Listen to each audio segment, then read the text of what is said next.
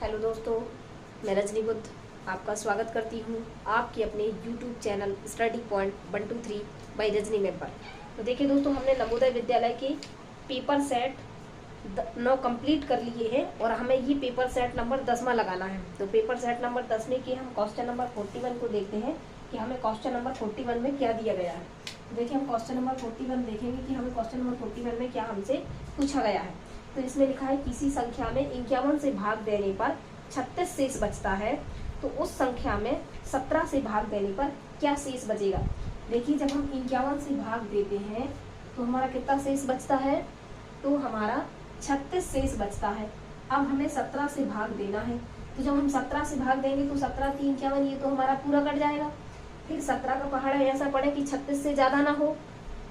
कैसे पड़े कि 36 से ज्यादा ना हो, तो 17 एकम 17 और 17 दूनी 34। 36 में से 34 घटाएंगे तो कितना बचेगा, 2। कितना बचेगा, 2। यहाँ पे हमारा लिखा है तो देने पर 36 शेष बचता है। तो इसका जो आंसर आएगा वो आंसर क्या हो जाएगा हमारा, इसका हमारा आंसर हो जाएगा 2। कितना शेष बचेगा, 2 शेष बचेगा। तो आशा करूंगी आपको क्वेश्चन नंबर 41 अच्छे से समझ में आ गया होगा। अब हम यहाँ पे पढ़ेंगे क्वेश्चन नंबर 42। तो देखते हैं कि हमसे क्वेश्चन नंबर 42 में क्या पूछा गया है। तो क्वेश्चन नंबर 42 में लिखा है कि 100 तक की कुल संख्याएं जो 2 और 5 दोनों से विभाज्य हो जाए। तो देखिए, 100 की जो संख्याएं हैं, अगर ये 100 तक की 2 से विभाज्य करना है तो ऐसी संख्या होगी कितनी, 50। अब 100 तक की ऐसी संख्याएं जो 5 से विभाज्य हो जाए तो 5 दूनी 10, ऐसी कितनी संख्याएं हैं, 20। 100 तक की बीच में ऐसी कितनी संख्याएं हैं, ऐसी 20 संख्याएं हैं जो 5 से विभाज्य होती हैं। लेकिन कुछ ऐसी भी संख्याएं होंगी बच्चों जो 2 और 5 दोनों से कट जाती होंगी। तो 2 और 5 का अगर हम एलसीएम की बात करें तो कितना आएगा हमारा, 5 एकम 5, एलसीएम आया 10। यानी इसके बीच में हमारी 10 संख्याएं ऐसी हैं जो दोनों से कट जाती हैं। तो हमें वे संख्याएं बतानी है जो 2 या तो 2 से कटती हैं वो, या फिर 5 से कटती हैं। तो ध्यान रखिए, हमने पहले इन दोनों को जोड़ा तो हमारी 2 और 5 दोनों से कटने वाली संख्याएं आ गई। यानी 50 + 20 बराबर आंसर कितना आ गया, 70। अब इसमें से 10 संख्या ऐसी हैं जो दोनों से कट जाती हैं, तो जो 2 बार वो जुड़ जाएंगी, जुड़ गई हैं, इसलिए इसमें से हमें 10 को माइनस कर देना है। तो हमारा जो आंसर आएगा वो हमारा आंसर आएगा 60। यानी 1 से लगा करके 100 तक के बीच की 60 संख्याएं ऐसी हैं जो वो या तो 2 से कटती हैं या फिर 5 से कटती हैं। आशा करूंगी आप क्वेश्चन नंबर 42 भी अच्छे से समझ गए होंगे। अब हम पढ़ेंगे क्वेश्चन नंबर 43 और देखते हैं कि हमें क्वेश्चन नंबर 43 में क्या हमसे पूछा गया है। क्वेश्चन नंबर 43, तो क्वेश्चन नंबर 43 में हमसे लिखा है कि 5 अंकीय बड़ी से बड़ी वह संख्या जो 7 5 4 8 0 7 5 4 8 0 इनसे मिलकर की संख्या बनाई गई है। संख्या कितने अंकों की है, संख्या 5 अंकों की है और बड़ी से बड़ी संख्या है। जब भी बड़ी से बड़ी संख्या की बात करेगा तो हमें इसमें क्या करना है, सबसे पहले बड़े अंक का यूज करना है। तो सबसे बड़ा अंक 8, फिर 7 5 4 0, यानी हमारी जो संख्या बनी है 87,540। आशा करूंगी आपको क्वेश्चन नंबर 43 भी बहुत अच्छे से समझ में आ गया होगा। अब हम पढ़ेंगे क्वेश्चन नंबर 44। तो देखते हैं कि हमसे क्वेश्चन नंबर 44 में क्या बोला गया है। तो क्वेश्चन नंबर 44 में लिखा है 0.47 तो किसके रूप में लिखना है, भिन्न के रूप में। तो यहाँ से हम इसका पॉइंट हटाएंगे तो ये हो जाएगा 47 और 2 अंक बाद दशमलव है तो ये बन जाएगा 0। तो अब देखिए, ये अगर किसी से कट रहा है तो ठीक है, ये लेकिन किसी से नहीं कट रहा तो हमारा यही क्या हो जाएगा, आंसर। क्या हो जाएगा, आंसर। तो आशा करूंगी आपको क्वेश्चन नंबर 44 भी अच्छे से समझ में आ गया होगा। अब हम पढ़ेंगे क्वेश्चन नंबर 45। तो देखते हैं कि हमें क्वेश्चन नंबर 45 में क्या दिया गया है। क्वेश्चन नंबर 45 में लिखा है कि प्रत्येक पंक्ति, स्तंभ तथा विकर्ण का योग समान है। तो यहाँ पे लिखा है, देखिए यहाँ पे एक हमारा ये वर्ग बना हुआ है। क्या बना हुआ है, वर्ग बना हुआ है। ये हमारा वर्ग बना हुआ है। यहाँ लिखा है 11 6 7, 11 6 और 7। यहाँ पे क्या लिखा है, 4 8 Z, 4 8 Z। और यहाँ पे लिखा है 9XY, 9X और Y। अब आप ध्यान से देखें और इन सबको हम जोड़ने का प्रयास करते हैं। तो 11 में हमने 6 जोड़े, कितने हो गए, 17। और 17 में हमने 7 जोड़े, 7 दूनी 14, तो कितना हो गया, 24। अगर यहाँ का जोड़ 24 हो रहा तो यहाँ का जोड़ भी कितना होगा, 24। कितना होगा, 24। तो देखिए 8 और 4 मिलके कितना हो गए 12। हम 24 में से 12 घटा देंगे तो कितना बचेगा 12, यानी जो जेड का मान है हमारा वो कितना आया 12। अब अगर ऐसे जोड़ने पर 12 आ रहा है तो ऐसे जोड़ने पर भी 12 आ रहा होगा। तो 12 तो ये लिखा हुआ है, साथ में कितना जोड़ दें कि 12 हो जाए, तो ये अगर हम साथ में 5 जोड़ दें तो हमारा आंसर 12 हो जाएगा। तो यानी हमारा y का मान कितना आ गया 5। अब हमें ऐसा जोड़ने पर भी 12 आना चाहिए, तो हमने 9 में 5 जोड़े तो हमारा आंसर कितना आ गया है 14। कितना आ गया है 14। 14 में कितना जोड़ें कि हमारा आंसर 24 हो जाए, तो अगर हम 14 में 10 जोड़ दें तो हमारा आंसर 24 हो जाएगा। हमसे पूछा गया है कि x y का मान बताइए, तो देखिए x का मान हमारे आ गया 10, y का मान हमारे पास आ गया है 5 और z का मान हमारे पास आ गया है 12। तो ऐसा हमें ऑप्शन नंबर बी में दिया गया है। आशा करूंगी कि आपको क्वेश्चन नंबर 45 भी बहुत अच्छे से समझ में आ गया होगा। अब हम पढ़ेंगे क्वेश्चन नंबर 46 और देखते हैं कि हमें क्वेश्चन नंबर 46 में हमसे क्या पूछा गया है। तो अब हम बात करेंगे क्वेश्चन नंबर 46 की। इसकी 46 की तो देखिए 46 में हमसे बोला गया है कि एक ड्रम का 1/8 भाग दूध से भरा है, यानी इसमें भरा भाग कितना है, भरा भाग, तो आप देखेंगे कि इसमें 1/8 भाग भरा है। कितना भरा है 1/8। तो इसमें ये देखें आपकी खाली कितना है, जब 1/8 भरा है तो 7/8 कितना है खाली, ये उसका टोटल भाग है। ये क्या है कुल भाग, ये क्या है कुल, और ये भरा है, और ये है हमारा खाली, और ये है हमारा कुल। आशा करती हूँ इतना आप समझ गए होंगे। तो इसमें लिखा है दूध भरने के लिए 28 लीटर दूध और चाहिए। अब दूध भरने के लिए कितना चाहिए 28 लीटर, और ये क्या है लीटर में, और हमारे हिसाब से 7 और चाहिए।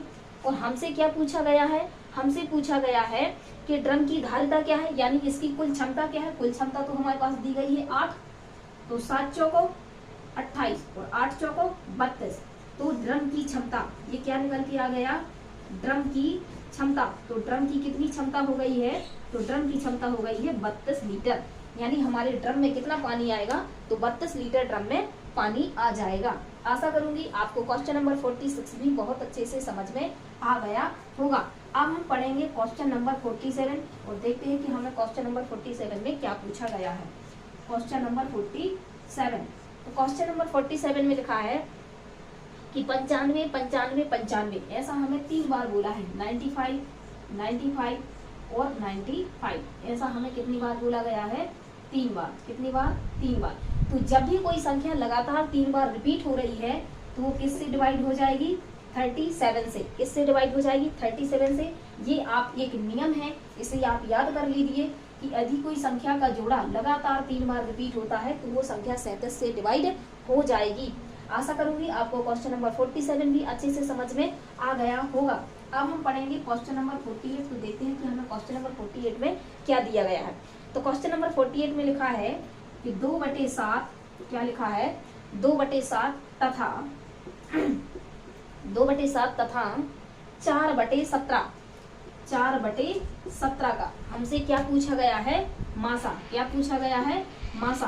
तो देखिए मासा का फॉर्मूला होता है, अगर हमें मासा ज्ञात करना है तो इसका हमें से क्या पूछा गया है मासा।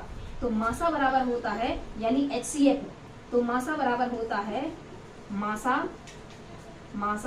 बटे लासा, मासा बटे लासा। अब देखिए आप, अगर हम 2 और 4 का मासा यानी महत्तम समापवर्त निकालें तो क्या आएगा 2, और 17 और 7 का लासा निकालें तो 17 7 कितना होता है 119। ये हमारा लासा हो जाएगा 119, मासा आएगा 2।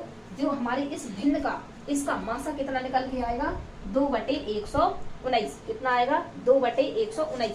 आशा करूंगी आपको क्वेश्चन नंबर 48 भी बहुत अच्छे तरीके से समझ में आ गया होगा। अब हम पढ़ेंगे क्वेश्चन नंबर 49 और देखते हैं कि हमें क्वेश्चन नंबर 49 में क्या दिया गया है। क्वेश्चन नंबर 49, तो क्वेश्चन नंबर 49 में लिखा है 225/30 अंडर रूट 225/30, यहाँ क्या लगा है बराबर अंडर रूट बटे 12, ये हमें दिया गया है। तो यहाँ पे क्या आएगा, इसकी वैल्यू हमें क्या करनी है बतानी है। चलिए इसको सॉल्व करते हैं। तो आप सॉल्व करेंगे तो देखिए ये 225 किसका वर्ग होता है 15 का, यानी इसका अगर हम वर्गमूल की बात करें तो कितना आएगा 15 बटे क्या हो जाएगा 30 बराबर ये लिखा है अंडर रूट x बटे 12। अब आप देखें तो यहाँ से इसको कट जाएगा, 15 दूनी 30, इसका कर देंगे तिर्यक गुणा, तो ये इसका इसके साथ गुणा हो जाएगा, तो ये हो जाएगा 2 रूट x बराबर 12। अब यहाँ से हम निकालेंगे रूट x बराबर क्या हो जाएगा 12 बटे 2, तो रूट x बराबर 12 दूनी, यहाँ पे कितना हो जाएगा 6 दूनी 12, दोनों पक्षों का वर्ग कर देंगे तो x बराबर क्या हो जाएगा 36।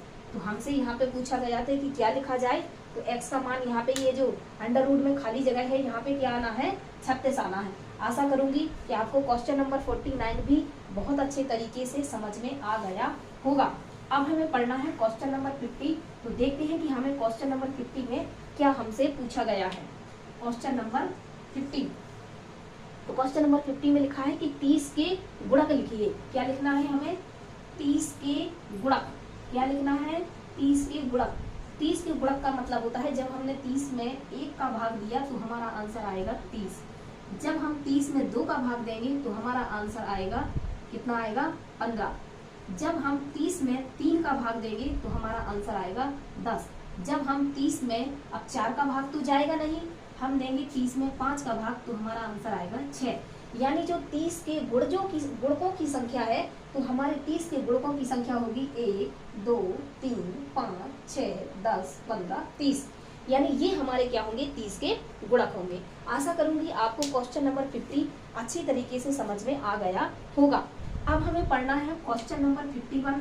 तो देखिए कि क्वेश्चन नंबर 51 में हमें क्या दिया गया है। तो एक चादर की माप दी गई है, 40 सेंटीमीटर लंबा और 36 सेंटीमीटर चौड़ा। ये हमें क्या दिया गया है, चादर दिया गया है, जिसमें से क्या है ये चादर हमारा 40 सेंटीमीटर लंबा है, 36 सेंटीमीटर चौड़ा है। हमसे क्या पूछा गया है इसमें कि बताओ उस चादर का कुछ भाग भी व्यर्थ न गवाकर, इसमें से हमें कुछ भी इसका हिस्सा व्यर्थ न जाए, और 3/4 सेंटीमीटर माप के कितने टुकड़े बनेंगे, कितने 3 × 4 सेंटीमीटर के टुकड़ों की संख्या हमें बतानी है। तो हम आपको पहले भी बता चुके हैं कि टुकड़ों की संख्या, तो टुकड़ों की संख्या बराबर क्या हो जाएगा, ये जो हमें किसका दिया गया है चादर का क्षेत्रफल, किसका चादर का क्षेत्रफल बटे एक टुकड़े का क्षेत्रफल बटे एक टुकड़े का क्षेत्रफल। तो देखिए यहाँ पे हमारी चादर का क्षेत्रफल कितना हो जाएगा 40 × 36, एक टुकड़े का क्षेत्रफल कितना हो जाएगा, तो इसकी माप हमें दी गई है 3/4। चलिए इसको सॉल्व कर लेते हैं। तो कितना हो जाएगा 4 × 12 और 12 × 36, कितना हो जाएगा 4 × 12 और 12 × 36, तो 4 का इसमें गुणा कर देंगे तो 4 × 12, यानी जो हमारे टुकड़ों की संख्या हो जाएगी वो कितनी हो जाएगी 120। इससे कितने टुकड़े बनेंगे 120 टुकड़े बनेंगे। तो आशा करूंगी कि आपको क्वेश्चन नंबर 51 भी बहुत अच्छे तरीके से समझ में आ गया होगा। अब हम पढ़ेंगे क्वेश्चन नंबर 52 और देखते हैं कि हमें क्वेश्चन नंबर 52 में क्या दिया गया है। तो चलिए आगे समझते हैं क्वेश्चन नंबर 52। क्वेश्चन नंबर 52 में लिखा है कि एक कार का वास्तविक मूल्य, उसका जो वास्तव में मूल्य था वो कितना था 80,000 रुपये। एक कार का जो वास्तविक मूल्य था वो कितना था 80,000 रुपये, इसका वास्तविक मूल्य था। अगर वास्तविक मूल्य को 10% कम कर दिया जाए, कितना कम करना है, ये क्या है इसका वास्तविक मूल्य है, क्या है ये वास्तविक मूल्य कितना है 80,000 रुपये, कम कितना कर दिया 10% कर दिया जाए, तो नया मूल्य क्या बताना है हमें, नया मूल्य। तो देखिए हमने मान लिया, हमने यहाँ पे क्या माना वास्तविक मूल्य, क्या माना वास्तविक मूल्य। हमने मान लिया कि हमारा वास्तविक मूल्य 100 रुपया था, हमने इसमें कम कर दिया है 10%, कितना कम कर दिया है 10%, तो बचा, तो अब कितने का बचा है ये, अब ये बचा होगा 90। तो अब हमें इसमें लगाना है जो दिया उसका भाग और जो पूछा उसका गुणा। यहाँ बचा या हम लिखेंगे नया मूल्य, क्या लिखेंगे बचा या फिर नया मूल्य। तो देखिए हमारा था 80,000, कितना था 80,000 और माने हिसाब से कितना है 100, वो पूछ रहा है नया मूल्य क्या होगा, हमारे हिसाब से नया मूल्य कितना आ गया है 90। तो 2 जीरो से 2 जीरो काटेंगे और 9 बता ले 9 54 9 7 63 9 8 72 और 2 जीरो यहाँ और 1 जीरो यहाँ है, तो ये आ गया तो हमारी जो उसका अबकार का नया मूल्य कितना होगा 72,000। अगर 80,000 में 10% कम कर दिया तो हमारा नया मूल्य कितना आएगा 72,000 आएगा। कितना आएगा 72,000 आएगा। आशा करूंगी आपको क्वेश्चन नंबर 52 भी बहुत अच्छे तरीके से समझ में आ गया होगा। अब हम पढ़ेंगे क्वेश्चन नंबर 53। देखते हैं कि हमें क्वेश्चन नंबर 53 में हमसे क्या पूछा गया है। तो क्वेश्चन नंबर 53 ही तो हमने पढ़ लिया है, क्वेश्चन नंबर 52 छोड़ दिया है। अच्छा, क्वेश्चन नंबर 52 फिर से अब पढ़ लेते हैं। क्वेश्चन नंबर 52 में लिखा है कि यदि किसी संख्या का 60% का 35% 10.5 हो तब वह संख्या ज्ञात कीजिए। मान लिया हमने कि वो संख्या हमारी x है, इसका 60% का भी क्या निकालना है हमें 35%। क्या निकालना है 35%। किसी संख्या का 60% का 35% हमारा कितना आता है, हमारा आता है 10.5 है। तो हमें इस कंडीशन में क्या करना है x की वैल्यू बताना है। देखिए कैसे, चलिए इसको सॉल्व करने का प्रयास करें हैं। तो ये यहाँ पे हमने इस 0 से 0 काट दिया तो ये बचा x गुणा 6/10 गुणा यहाँ पे क्या बचा 35/100। क्या बचा 35/100। और यहाँ पे अगर हम इसका दशमलव हटाएंगे तो ये हो जाएगा 105/10। आशा करूंगी आप इतना समझ रहे होंगे। जब दोनों संख्याओं के बीच में बराबर लगा हो तो यहाँ पे 10 से 10 कट जाएगा। अब और क्या कट सकता है यहाँ पे देखिए, अब यहाँ पे कटना के लिए तो अभी 5 से भी कट जाएगा।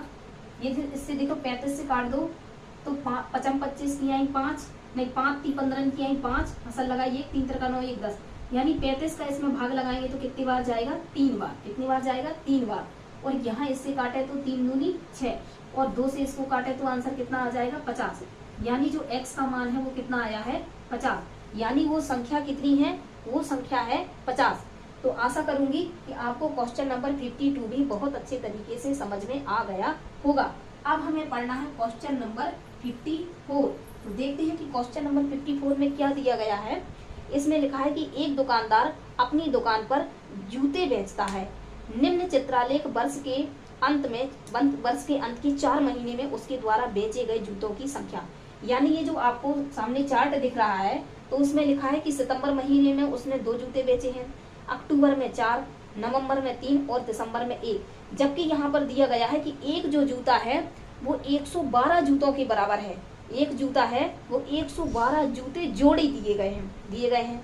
तो हमसे पूछा गया है, पहले नंबर का जो क्वेश्चन पूछा गया है तो इसमें लिखा है उसने इन 4 महीनों में कुल कितने जोड़ी जूते बनाए। तो यहाँ पे देखिए 2 2 और 2 4 और 2 6 और 2 8 और 2 10, कितने जोड़ी यहाँ पे दिए गए हैं 10। और एक जोड़ी की जो वैल्यू दी गई है वो कितनी दी गई है 112। आंसर आएगा हमारा 1120। कितना आएगा 1120। यानी जो उसने कितने जोड़ी जूते बनाए हैं तो उसने 1120 जोड़ी जूते बनाए हैं। आशा करूंगी आपको क्वेश्चन नंबर 54 भी बहुत अच्छे तरीके से समझ में आ गया होगा। अब हम पढ़ेंगे क्वेश्चन नंबर 55। तो देखते हैं कि हमें क्वेश्चन नंबर 55 में क्या दिया गया है। क्वेश्चन नंबर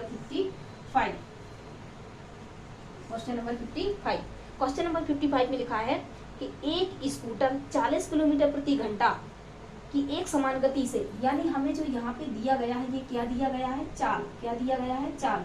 कितनी 40 किलोमीटर प्रति घंटा ये हमें चाल दी गई है। और बता हुआ है 600 किलोमीटर की दूरी, ये हमें क्या दिया गया है दूरी दी गई है। दूरी बराबर क्या दिया गया है 600 किलोमीटर। फिर हमसे पूछा क्या गया है उसे कितना समय लगेगा। क्या पूछा गया है समय बराबर क्वेश्चन मार्क। आप देखेंगे कि समय बराबर क्या हो जाएगा, समय बराबर हो जाएगा दूरी बटे चाल। दूरी कितनी दी गई है 600, चाल कितनी दी गई है हमें 40। गुणा करेंगे तो 0 से 0 कट जाएगा और 15 चौको 60। तो उसको कितना समय लगेगा 15 घंटे। कितना लगेगा 15 घंटे। तो आशा करूंगी कि आपको क्वेश्चन नंबर 55 भी बहुत अच्छे तरीके से समझ में आ गया होगा। अब हम पढ़ेंगे क्वेश्चन नंबर 56। तो देखते हैं कि हमें क्वेश्चन नंबर 56 में क्या दिया गया है। तो इसमें लिखा है कि रोहित 8 घंटे में 90 प्रश्न पढ़ सकता है, यानी 18 घंटे में, यानी वो अगर 18 घंटे पढ़ाई करता है तो 90 पेज पढ़ लेता है। कितने पेज पढ़ लेता है 90 पेज। तो 1 घंटे में कितने पेज पढ़ेगा 1 घंटे में पेज पड़ेगा 90/18, तो 18 पंचे 90। कितने पेज पढ़ लेता है 1 घंटे में? 5 पेज। कितने पेज पढ़ लेता है? 5 पेज। अब आगे आप देखेंगे तो इसमें लिखा है कि और प्रत्येक घंटे के लिए अगर वो 1 घंटे पढ़ता है तो उसको 5 रुपए मिलते हैं। कितने रुपए मिलते हैं? 5 रुपए। यदि वह 45 पृष्ठ नकल कर सकता है, क्या करना है? नकल करवाना है, सॉरी पढ़वाना नहीं है, क्या करवाना है? नकल करवाना है। अगर हमें 45 पृष्ठ नकल करवाना है तो 1 घंटे में कितने पेज कर लेता है? 5। कितने में? 1 घंटे में। तो 5 नम 45, उसने कितने पेज लगेगा उसको? 9। कितने लगेगा? 9। 1 घंटे में कितना पेजों में लिख डालेगा वो? 9। कितने लिख डालेगा? 45 घंटे लिखने के लिए उसे कितना समय लगेगा? 9 घंटे का समय लगेगा। कितने घंटे का समय लगेगा? 9 घंटे का समय लगेगा। और 1 घंटे लिखने के उसे कितने रुपए मिलते हैं? 5 रुपए। कितने मिलते हैं? 5 रुपए। तो हमें यहाँ पे बतानी है कीमत। क्या पूछा गया है हमसे? रुपए। क्या पूछा गया है हमसे? रुपए। तो देखेंगे आप कि रुपए बराबर क्या हो जाएगा? रुपए बराबर हो जाएगा 1 घंटे, उसने 9 घंटे काम किया, 1 घंटे के 5 रुपए मिलते हैं, तो 5 नम 45। कितना हो गया? 5 नम 45। तो अगर हमें 45 पेज पढ़वाने हैं तो हमें कितने रुपए उसको देना पड़ेंगे? 45 रुपए। कितने रुपए? 45 रुपए। आशा करूंगी कि आपको क्वेश्चन नंबर 56 भी बहुत अच्छे तरीके से समझ में आ गया होगा। अब हम पढ़ेंगे क्वेश्चन नंबर 57 और देखते हैं कि हमें क्वेश्चन नंबर 57 में क्या दिया गया है। Question number 57। क्वेश्चन नंबर 57 में लिखा है कि 850 रुपए का, यानी ये हमें दिया गया है प्रिंसिपल मूलधन 850 रुपए। 850 रुपए का 4 सही 1/3 वर्ष, ये हमें दिया गया है समय। क्या दिया गया है? समय। क्या दिया है? 4 सही 1/3। जब हम इसको आगे सॉल्व करेंगे तो ये कितना हो जाएगा? 4 × 12 और 1 13/3। ये क्या है? हमारा समय दिया है वर्ष में। और क्या दिया गया है हमें? और हमें दी गई है दर। क्या दी गई है? दर। कितनी? 6%। कितनी? 6%। हमसे क्या पूछा गया है? साधारण ब्याज। क्या पूछा गया है? साधारण ब्याज। साधारण ब्याज बराबर क्वेश्चन मार्क। तो आप यहाँ पे देखेंगे ब्याज का फॉर्मूला हमारा क्या होता है? तो ब्याज बराबर मूलधन, मूलधन गुणे दर गुणे समय बटे 100। अब आप देखें कि ब्याज तो हमें निकालना है, मूलधन हमें दिया गया है 850, दर कितनी दी गई है? 6%, समय कितना दिया गया है? 13/3, 13/3 और गुणा में कितना दिया गया है? 100। चलिए इसको हल करना है और हमें क्या बताना है? आंसर बताना है। तो यहाँ इस 0 से ये 0 कट जाएगा, 3 दूनी 6 कट जाएगा। अब ऊपर देखिए क्या बचा है? 5 दूनी 10 को औसत हसलाई 1, 8 दूनी 16 और 1 17 और गुणे 13/10। इस 0 से ये 0 काट लिया। अब हमारा बचा है 17 गुणे 13। इसको सॉल्व करना है तो 17 × 17 17 × 14 17 × 3 51, 17 × 3 51, 51 की आएगी 1 हसल लगाई 5, 17 एकम 17, 17 और 5 कितना होता है? 7 5 12 की आई 2 हसल आई 1 और 1 2। तो हमारा आंसर कितना आ गया है? 221। कितना आ गया है? 221। यानी इसका जो ब्याज आएगा वो कितना आएगा? 221 आएगा। आशा करूंगी आपको क्वेश्चन नंबर 57 भी बहुत अच्छे तरीके से समझ में आ गया होगा। अब हम पढ़ेंगे क्वेश्चन नंबर 58। तो देखते हैं कि हमसे क्वेश्चन नंबर 58 में क्या पूछा गया है। Question number 58। तो क्वेश्चन नंबर 58 में लिखा है कि यदि P अनुपाते Q 3:4 है, यानी P अनुपाते Q कितना दिया गया है? 3:4 दिया गया है। और क्या दिया है? Q अनुपाते R, Q अनुपाते R ये कितना दिया गया है हमें? 8:9, 8:9। हमसे P अनुपाते R पूछ लिया है। P अनुपाते R बराबर क्वेश्चन मार्क। तो इसको ध्यान से देखिए कैसे करते हैं। हमने सबसे पहले यहाँ लिखा P अनुपाते Q। तो ये कितना दिया गया है हमें? 3 और 4। कितना दिया गया है? 3 और 4। फिर हमारा अनुपात दिया है Q का R के साथ, तो Q तो एक बार लिखा है, यहाँ अनुपात में हम R और लिख लें। लेकिन यहाँ Q की वैल्यू कितनी दी गई है? 8 और यहाँ R की वैल्यू कितनी दी गई है? 9। अब हमें करना है इसका उल्टे n का गुणा, यानी इसका इसके साथ, इसका इसके साथ और इसका इसके साथ। चलिए लिखते हैं। तो 8 × 3 = 24, 8 चौको 32 और 9 चौको 36। अब ऐसी कोई संख्या ढूंढो जिससे ये कट रहा। तो देखिए सभी 4 से कट रहे होंगे। 4 × 6 = 24, 4 × 8 = 32 और 4 × 9 = 36। कितना आ गया? 4 × 9 = 36। तो हमसे पूछा है, ये हमारी P की वैल्यू दी गई है और ये हमारी आर की क्यू की वैल्यू दी गई है और ये हमारी आर की वैल्यू दी गई है। हमसे पी और आर का अनुपात पूछा है, किसका, पी और आर का। तो पी का मान है 6, आर का मान आया है 9। अब ये और भी कट जाएगा तो 3 दूनी 6 और 3 तिरका 9।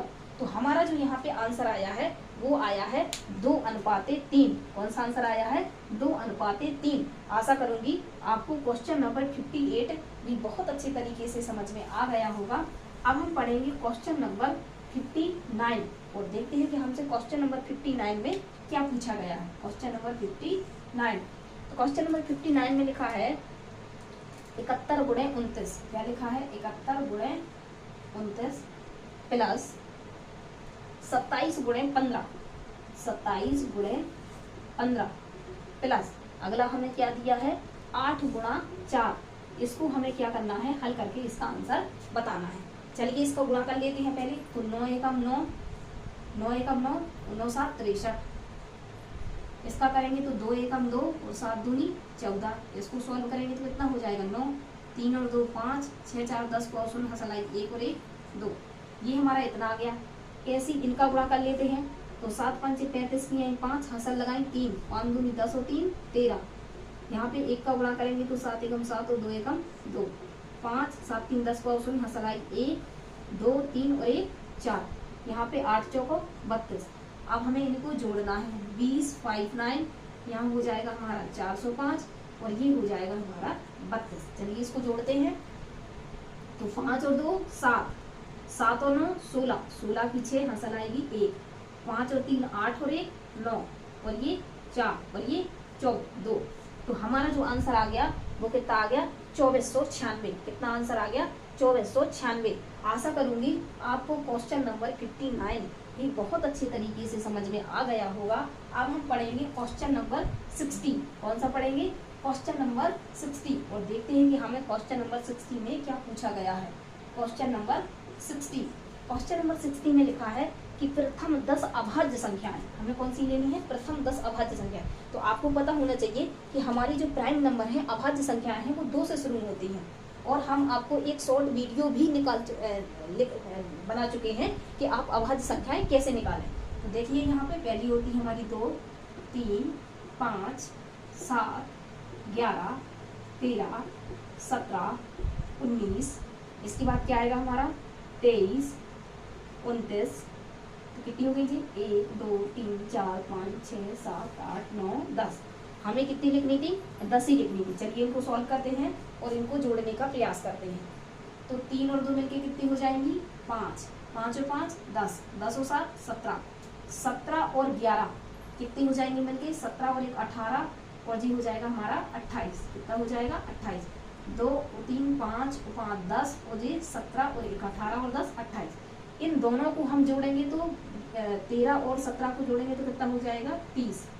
अब यहाँ देख लो, यहाँ पे हमें जोड़ना है तो कैसे जोड़ेंगे हम 9 9 दूनी 18, 18 और 3 कितने होते हैं 18 19 20 21, 21 की आएगी 1 हसल लगाएंगे 2, तो 2 और 2 4 और 2 6 और 1 7। इनको जोड़ लेते हैं तो 8 और 1 9, 7 और 3 10 और 2 12।